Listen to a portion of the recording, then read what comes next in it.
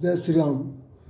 श्री राम जय राम जय जय राम, श्री राम जय राम जय जय राम, श्री राम जय राम जय जय राम, श्री राम जय राम जय जय राम, श्री राम जय राम जय जय राम, श्री राम जय राम जय जय राम, श्री राम जय राम जय जय राम, श्री राम जय राम जय जय राम, श्री राम जय राम जय जय राम, श्री राम जय राम जय जय राम, श्री राम जय राम जय जय राम।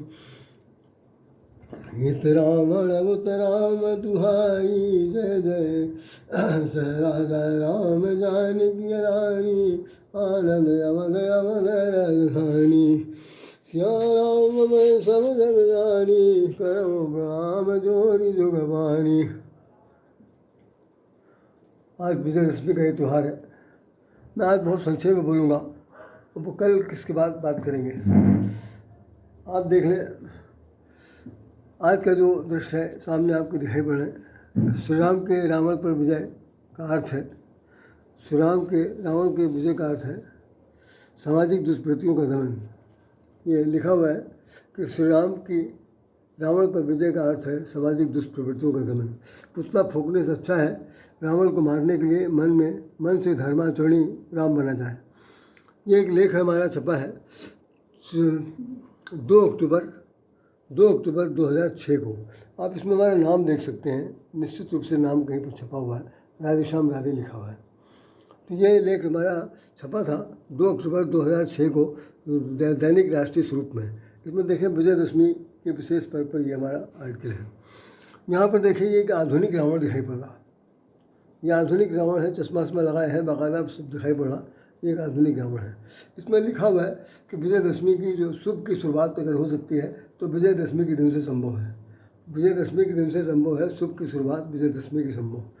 देखिए इसमें ये पेपर में भी छपा है कि सोमवार 2 अक्टूबर 2006 की यह अखबार है। तो 6 मतलब कम से कम 19-20 साल पुराना ये अखबार था जिसमें हमारा ये कटिंग थी, जिसमें मैंने आपके सामने रखा। यहाँ पर आप देख लें कि तब रावण ने रूप दिखावा। यहाँ पर स्थानीय रामलीला होती हैं, उन रामलीलाओं में तमाम सारे लोग अपना रावण का पार्ट अदा करते हैं। तो एक समय ऐसा भी गुजरा है कि जबकि रावण का पार्ट जो है बहुत मुश्किल से कोई लेता था और उसे बड़ी लज्जा आती थी कि भाई रावण खलनायक नहीं बनना चाहते हैं। यहाँ तक कि रावण सागर के जो रावण थे, मिस्टर क्या नाम था उनका, त्रिवेदी साहब, वो अरविंद त्रिवेदी, तो वो कहते थे कि मैं रावण का पात्र की भूमिका निभाने के बाद मैं बहुत रोता हूँ और भगवान शंकर के मंदिर में जाकर के प्रायश्चित करता हूँ, लेकिन चूँकि अब ये बोझ अपने ऊपर लिया है। हम भी नाटक करते थे तो रावण का पात्र तो मुझे प्रिय नहीं था, लेकिन इसमें तो भूमिकाएँ मुँह से निभाई गई। यहाँ पर देखिए कि एक सज्जन है, बता रहे हैं कि मैं इसको ज़्यादा डिटेल नहीं दूंगा, आज सुन लीजिए कि सिर्फ 23 साल से किरदार निभा रहे हैं मिस्टर लंकेश। ये सज्जन जो है जितेंद्र तिवारी हैं, ये भी लंकेश बने हुए हैं। ये सज्जन सलमान खान हैं, ये रामलीला का भूमिका वो रावण बनते हैं। यहाँ पर शैलेंद्र कुमार शुक्ला हैं, खजुआ रामलीला में देख रहे हैं। तो मतलब यहाँ पर रावण की एक नहीं अनेकों भूमिका पुतलाई दिखाई है। अब मेन बात, मुख्य बात पर आई, बहुत जल्दी मैं ख़त्म करता हूँ कि कल हम इस पर चर्चा करेंगे। ये आज का विषय जो है वो थोड़ा सा बहुत ही लंबा हो गया और मैं कह नहीं पाया, तो मैं आपको बता दूँ।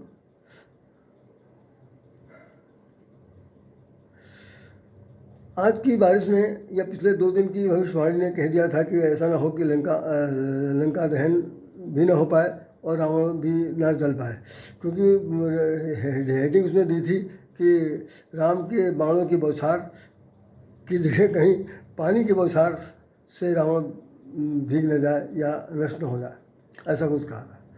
आज दिल्ली के तमाम सारे जगह पर, राजस्थान में और जयपुर में भी कई जगह पर दिखाया गया, महाराष्ट्र में भी दिखाया गया टीवी में, कि रावण के तमाम सारे बने हुए पुतले जो है पानी भीग रहे हैं और तैर रहे हैं, पानी में गिर कर तैर रहे हैं और वो रामलीला नहीं हो पाई। तो मुझे तो मैं थोड़ा सा जैसे बाजार दर्शन करने की इच्छा से मैं बता रहा हूँ आपको।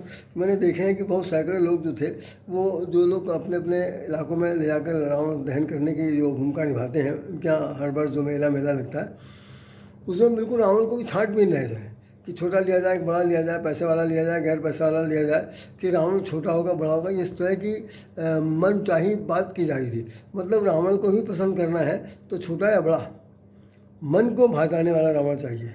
बहुत कमाल की बात है। इतना मैं तो इसको बहुत ही दुर्भाग्य की श्रेणी में देखना चाहता हूँ कि रावण को जो चयन किया जा रहा उसको भी ये पैसों से और मन की इच्छा से तोला जा रहा।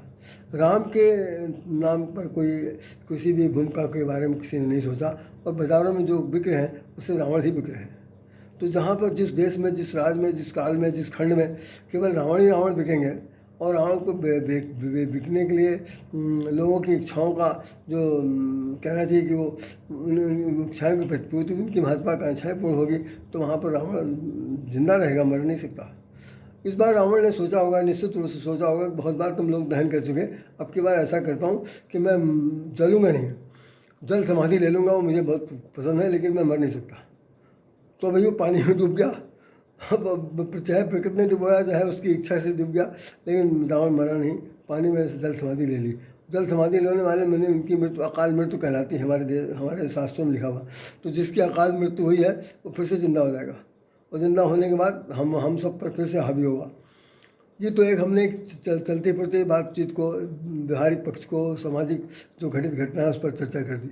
अब हम लोग ज़्यादा से ज़्यादा इस पर डिटेल नहीं देना चाहते, बस दो शब्द और सुन लीजिए कि राम और रावण का जो युद्ध है वो युद्ध केवल हमारे आपके जीवन का युद्ध है।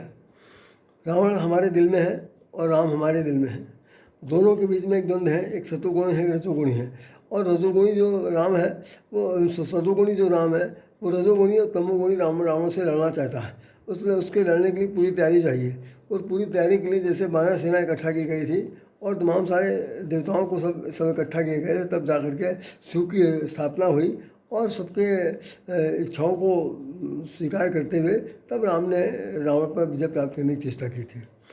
ये हमने बहुत घुमा फिरा कर बात की, आखिर में रावण की हार हुई और राम की विजय हुई। तो लोग ज़्यादातर कहते रहते हैं कि असत्य पर सत्य की विजय, बुराई पर भी सत्य की विजय हुई है। मैं इस बात को सुनते सुनते मेरा मन अघा गया, और मैं ये सोचता रहता हूँ कि बुराई पर जीत सत्य की अगर हुई है तो बुराई है कि अभी चली गई। कोई भी अपने गिरावन में झाँक कर देख ले कि बुराई क्या शरीर से, दिल से, दिमाग से, समाज से, परिवार से, राष्ट्र से, यहाँ से वहाँ से, इनसे उनसे, मिलने जुलने वालों से, व्यवहार में, राजनीति में, किसी भी तरीके की कूटनीति में क्या बुराई चली गई? क्या असत्य खत्म हो गया? एक बार पुतला फूंक देने से ऐसा हो सकता है? नहीं हो सकता, नहीं हो सकता। रावण को मार देने के लिए तो एक बात बन सकती कि उसका शरीर ध्वस्त हो गया, शरीर नष्ट हो गया, सब कुछ हुआ। आज हमने एक टिप्पणी लिखी जिसके अंदर बताया था कि भगवान राम ने जिस बार रावण को मारा तो रावण के जो शरीर से जो आत्म प्रकाश निकला, तो वो प्रकाश भगवान राम के मुखमंडल पर समा गया, समाहित हो गया, उसमें उसी में लीन हो गया। अर्थात भगवान ने उसको अपने धाम मोक्ष की प्राप्त करा दिया। भगवान शंकर और ब्रह्मा बहुत जोर हंसे और बहुत आश्चर्यचकित होकर उन्होंने पूछा कि महाराज आपने ऐसा क्यों किया? इतने दिन तक लड़ाई लड़ी, उसके बाद आपने उसको मोक्ष प्रदान कर दिया। तो राम ने कहा कि भाई वो तो उसने बुराई की भूमिका निभाई है, वो बुरा आदमी थोड़ी था, वो मेरा दास है, तो उसके लिए मुझे यहाँ पर इस अवतार लेना पड़ा। निश्चित रूप से ये बुराई को हमारे समाज में जिस तरह से घुल मिल गई है, व्यवहार में, विचार में, बात में, चित में, सोच में, समझ में, कहने में, सुनने में, तो उसको वो दिखाना चाहता है, बताना चाहता है कि ये बुराई जब तक रहेगी आपके जीवन में तब तक हम जैसे तमाम सारे रावण मारे जाते रहेंगे। और मारे जाने के लिए एक ही आदमी काफ़ी है। वह आदमी कैसा होना चाहिए?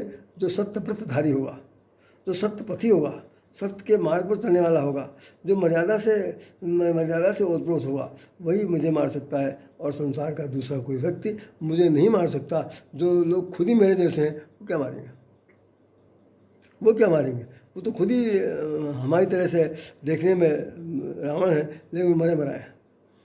हम अपने जीवन में हम कल इस पर बहुत ज़्यादा डिटेल में बात करेंगे, आज कुछ नहीं, मेरा भी मन ज़्यादा नहीं कह रहा है। और मैं बता दूं कि वास्तव में रावण कभी मरता नहीं है, रावण कभी मरेगा नहीं। हमारी पीढ़ी दर पीढ़ी इसी तरह होता रहेगा और ये एक प्रकार का उत्सव जलसा और एक उमंग तरंग वाली बात होगी। लोग बना बना के चढ़ा सड़क पर, दरवाजा, सड़क पर, पार्क में, चौखट पर, यहाँ वहाँ चौराहों पर फूकेंगे, नतीजा कुछ नहीं होने वाला। हमें आपको विशेष रूप से ये देखना है कि हमने जो काम किया है, जो काम हम करने जा रहे हैं, हमसे जुड़े हुए जो लोग हैं, उनमें ये वृत्ति है कि नहीं है। यदि ये वृत्ति है तो उनका समाधान क्या हो सकता है। रावण के साथ जी हजूरी करके रावण के साथ हाँ मिला के हो सकता है कि रावण का विरोध करने से हो सकता है। क्योंकि देखिए, विरोध बिना किए, बिना विरोध किए ये बुराई का अंत होना संभव नहीं है। हम कभी कभी अपने मामले में हम अपने को अपने इंडिविजुअल नहीं कह रहे हैं, हम माने पूरा समाज, हम अपनी बुराई को हमेशा छिपाते हैं, हमेशा उसका सेफ साइड चुनते हैं और दूसरे की बुराई को उजागर करना चाहते हैं, और ये बताना चाहते हैं कि इससे ज़्यादा बुरा आदमी दुनिया में कोई नहीं है और भाई साहब मेरा बस चले तो हम इसको इस देश से निकाला कर देंगे। जबकि स्वयं टूटकर बुरे। अब यहाँ पर अगर देखा जाए तो बुराइयों का पुतला अगर रावण पूजा, उसको अहंकार का प्रतीक माना गया, मोह का स्वरूप माना गया। तो जो मोह का, अहंकार का, अभिमान का एक चलता फिरता पुतला है, तो उसके विनाश के लिए किन किन लोगों को शामिल होना चाहिए।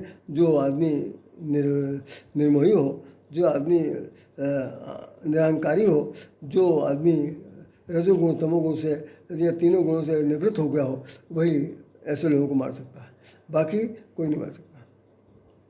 तो आज मैं यहीं पर इस बात को समाप्त करता हूँ और कल हम इस पर चर्चा करेंगे, विशेष रूप से चर्चा करेंगे। ये जो हमारा मन है ना, आज बहुत अपने आप में आधा अधूरा महसूस करता है और फिर बाद में बातचीत की जाएगी। लेकिन हम चलते चलाते इस छोटे से एपिसोड के लिए इतना जरूर कह देना चाहते हैं कि सब लोग जो जहाँ है, जिस रूप में है और जिस अवस्था में है, जिस उम्र में है, जितनी पढ़ाई लिखाई की है उसने, जितना उसने अब तक एक्सपीरियंस गेन किया है, उन सबका आकलन कर ले। एक चुनौती प्रधान वाक्य बोल रहा हूँ, आकलन कर ले, अपने गिरावन में झांक कर देख ले कि भाई वो कितना साफ सुथरा है। उसको अगर कोई उंगली उठाने के लिए ज़रूरत पड़ेगी, कोई उंगली उठाना चाहेगा तो क्या उसे उठा सकता है या वह उसकी उंगली तोड़ सकता है। उसके अंदर बुराई का कोई भी लेस मात्र है अथवा वो इन सब चीज़ों से विमुक्त हो चुका है। यदि नहीं हुआ है तो ये सब ढकोसला ठीक नहीं है।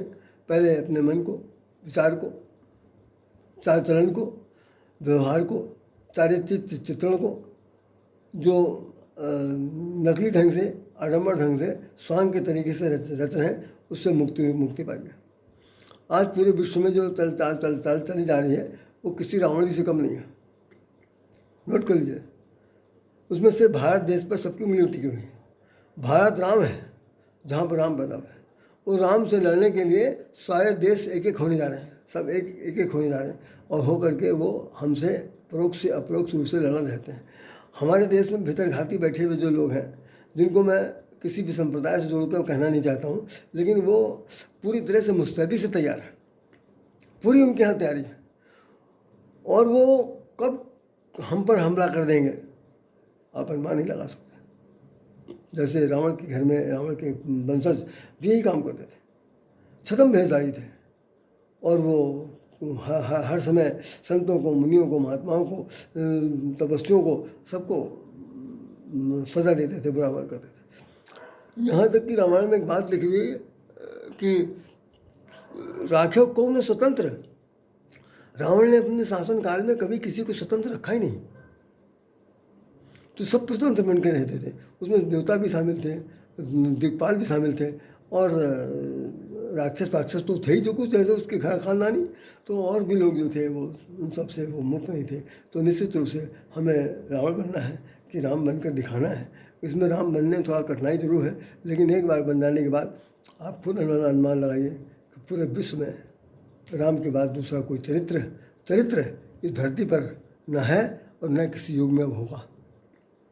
चाहे कितने भी बड़े बड़े शक्तिशाली देश सामने आ जाएं, लेकिन राम को झुका नहीं सकते। बस एक ही बहुत बड़ी बात बता दिया, जो सुनने में कंट्रोवर्सी ज़रूर है, लेकिन सच्चाई यही है कि वो राम है। और उनके लिए लिखा हुआ है कि राम कीन चाहें सोई हुई। राम जो चाहते हैं वही होगा। आज राम ने करके दिखा दिया कि भाई हम इस बार पुतला जलने नहीं देंगे, इसको जल समाधि लेने दो। जल समाधि ले लिया। आप लोग क्या बिगाड़ पाए? सब लोग अपने अपने ढंग का पुतला तैयार करते रहे। वाह वाह, बहुत बहुत बहुत अच्छी बात। इतनी ना समझी तो इन सब इस समझदारी को बरकरार रखना नहीं है, बल्कि समझदारी में संशोधन करना है और सोचना है कि हमें रावण नहीं चाहिए। राम बने चाहे न बने, राम के पत्तियों पर चलने के लिए क्या करना चाहिए ये विद्वत है। जैसे हमने अपना जो लेख लिखा है उस लेख में भी हमने इस सब तरह का जिक्र किया है। आपको सामने जो तमाम सारे ये रावण दिखाई पड़ रहे हैं, ये सब रावण भी यही बताना चाहते हैं कि बुरे हो तुम, अगर हम बुरे हो तो तुम बुराई का नाश होगा और बुराई को नष्ट किया जाएगा, बुराई को मारा जाएगा, बुराई को ध्वस्त किया जाएगा, बुराई को नेस्ताभूत किया जाएगा, बुराई को धूर्धसित किया जाएगा। तो ऐसी स्थिति न बनाइए कि आप अगर बुरे बन जाएंगे तो लोगों की नज़रों से बुरे बने चाहे न बने, लेकिन अपनी नज़रों से अगर आप गिर जाएंगे तो सबसे ज़्यादा तो यह है कि धिक्कार मिलेगी। उससे बचिए और समझदारी से काम लीजिए। इन शब्दों के साथ राधे श्याम राधे आपको हृदय से नमन करता है।